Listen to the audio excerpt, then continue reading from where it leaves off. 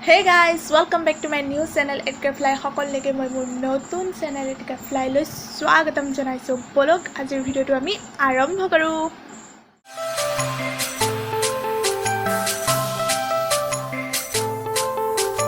Hey guys, তো আজি হৈছে 5 ছেপ্টেম্বৰ অৰ্থাৎ শিক্ষক দিৱস। সেয়ে মই শ্ৰদ্ধাৰ শিক্ষাগুৰু সকললৈ মোৰ ফালৰ পৰা শিক্ষক দিৱসৰ অলেখ শুভেচ্ছা জ্ঞাপন কৰিলোঁ। তো আজি আমাৰ ঘৰটো এটা সেলিব্ৰেশন কৰাৰ দিন হয়, কিয়নো মোৰ মাও হৈছে এগৰাকী শিক্ষয়িত্ৰী। সেইবাবে ভাবিলোঁ যে আমি এটা সৰু সুৰা পাৰ্টিকে এৰেঞ্জ কিয় নকৰোঁ।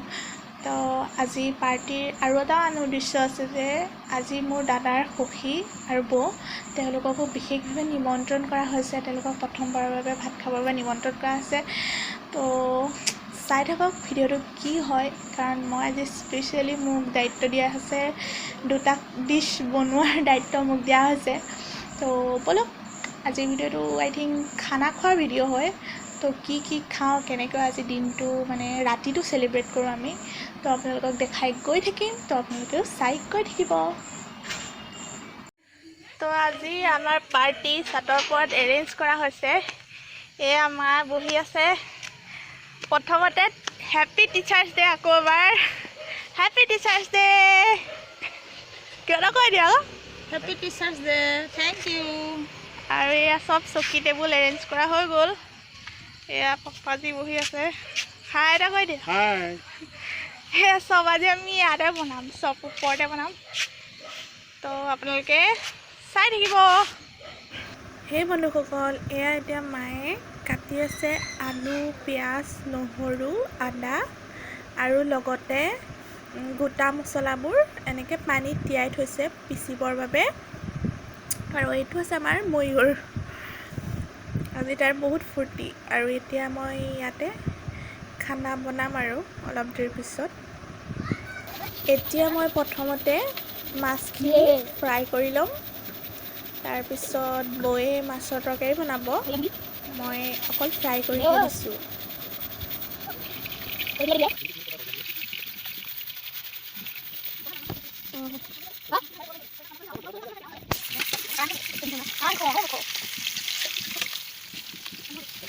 তো গাইজ, এয়া চব্জি বনাই আছোঁ। এয়া আছে বন্ধাকবি, আলু, ধনিয়া চব্জি, আৰু ইয়াত এয়া ভাত উঠাই থোৱা আছে। আৰু এয়া ইয়াত মাছৰ তৰকাৰী বৰ্তমান বনাই হৈ গ'ল। তাৰপিছত এয়া হোৱাৰ পিছত মই বনাম পনীৰ বাটাৰ মছলা। এতিয়া মই প্ৰথমতে পনীৰৰ পেষ্টটো বনাবৰ বাবে কেৰাহীত অলপ তেল দি পিঁয়াজখিনি তাত দি দিছোঁ। আৰু লগতে মই দিম বিলাহী 3টা লৈছোঁ, আৰু আদা আৰু নহৰু, আৰু লগতে দিছোঁ 2 পিচ ডালচেনি। আৰু এতিয়া মই দিম কেইটামান জালুক। জালুকটো অপশ্যনেল হয়, আপোনালোকে বিচাৰিলে দিবও পাৰে বা নিবিচাৰিলে নিদিলেও একো নাই বাৰু। তাৰপিছত মই 3টামান ইলাচি দি লৈছোঁ। দি মই এইখিনি অলপ 5 মিনিটমানৰ বাবে ফ্ৰাই কৰিম। তেতিয়া পেষ্টটো বনালে কেঁচা কেঁচা যি গোন্ধ সেইটো নাইকিয়া হৈ যায়। মই এনেকৈ পেষ্ট বনোৱাৰ আগত সদায় ফ্ৰাই কৰিয়ে বনাই ভাল পাওঁ, সেয়েহে মই ইয়াত ফ্ৰাই কৰি লৈছোঁ। আৰু অলপ এতিয়া মই 10টামান কাজু ইয়াত দি দিছোঁ। আৰু এতিয়া মই 5 মিনিটমানৰ বাবে এই আটাইখিনি ফ্ৰাই কৰি ল'ম। আৰু লগতে মই হালধিও দি দিছোঁ, তেতিয়া গ্ৰাইণ্ড কৰিলে কালাৰটো ধুনীয়া আহে। এতিয়া মই এইখিনি ধুনীয়াকৈ ফ্ৰাই কৰি ল'ম।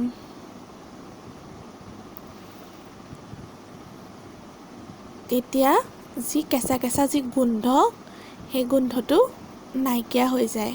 এতিয়া মই পেষ্টটো গ্ৰাইণ্ড কৰাৰ পিছত প্ৰথমতে তেলত 2টা তেজপাত দি লৈছোঁ, আৰু তাত অলপ ৰেড চিলি দি দিছোঁ যাতে কালাৰটো ধুনীয়া আহে। আৰু এতিয়া মই পেষ্টটো তেলত দি দিছোঁ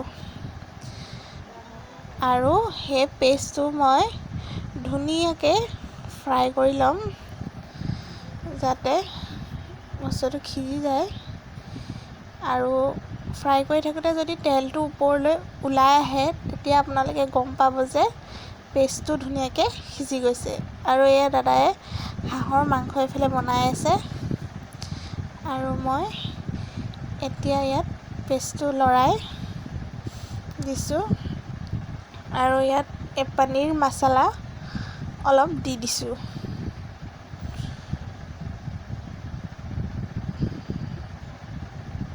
এয়া চাই থাকক আপোনালোকে এতিয়া মই অলপ পানী দি পনীৰখিনি ইয়াত দি দিলোঁ আৰু এচামুচ বাটাৰ দি দিলোঁ আৰু এতিয়া মই সিজাম এয়া ফাইনেলি আজি আমাৰ ঘৰৰ বিশেষ অতিথি আহি পালেহি এয়া চৰ্বত আৰু মিঠাই দি তেওঁলোকক ৱেলকাম জনাইছোঁ হে গাইজ তো মোৰ এতিয়া পনীৰ বনাই হৈ গ'ল আৰু এতিয়া মই পোলাও বনাম সেয়েহে আপোনালোকে এতিয়া মোৰ পোলাও বনোৱা ৰেচিপিটো চাই থাকক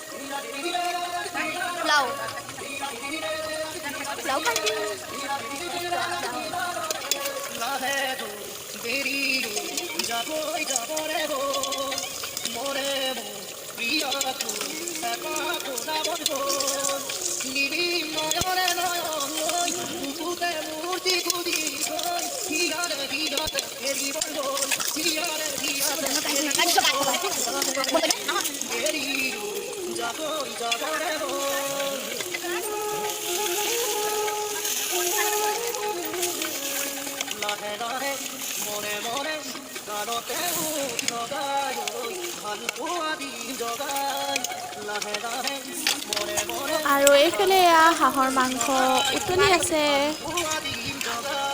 এয়া হাঁহ দাদাই বনাইছে হে গাইজ তো আমাৰ ঘৰত এয়া প্ৰণীতা বৌ আৰু হাই এটা কৈ দিয়ক প্ৰণীতা বৌৰ ভ্লগো আছে এটা হয় নাই প্ৰণীতাছ ভ্লগ বুলি আছে আৰু এয়া পিকুদা আজি আমাৰ ঘৰৰ বিশেষ আলহী তো মা আৰু মই খানা বনাই হৈ গ'ল অৱস্থা বেয়া হৈ গ'ল মোৰ পূৰা ঘামি জামি অৱস্থা নাই এয়া দাদা বৌহঁত অহা অলপ সময় হ'ল সেইবাবে তেওঁলোকক প্ৰথমতে খাবলৈ দি দিছোঁ এয়া বৌ আৰু দাদাই খাই আছে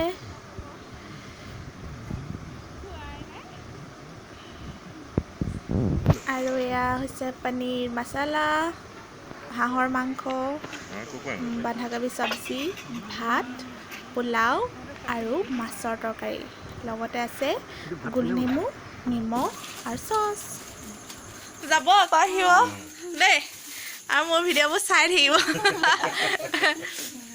ঠিক আছে তো এয়া আমি খানা খাব লৈছোঁ হাই কৰি দে হাই খাই কেনেকুৱা লাগিছে ভাল লাগিছে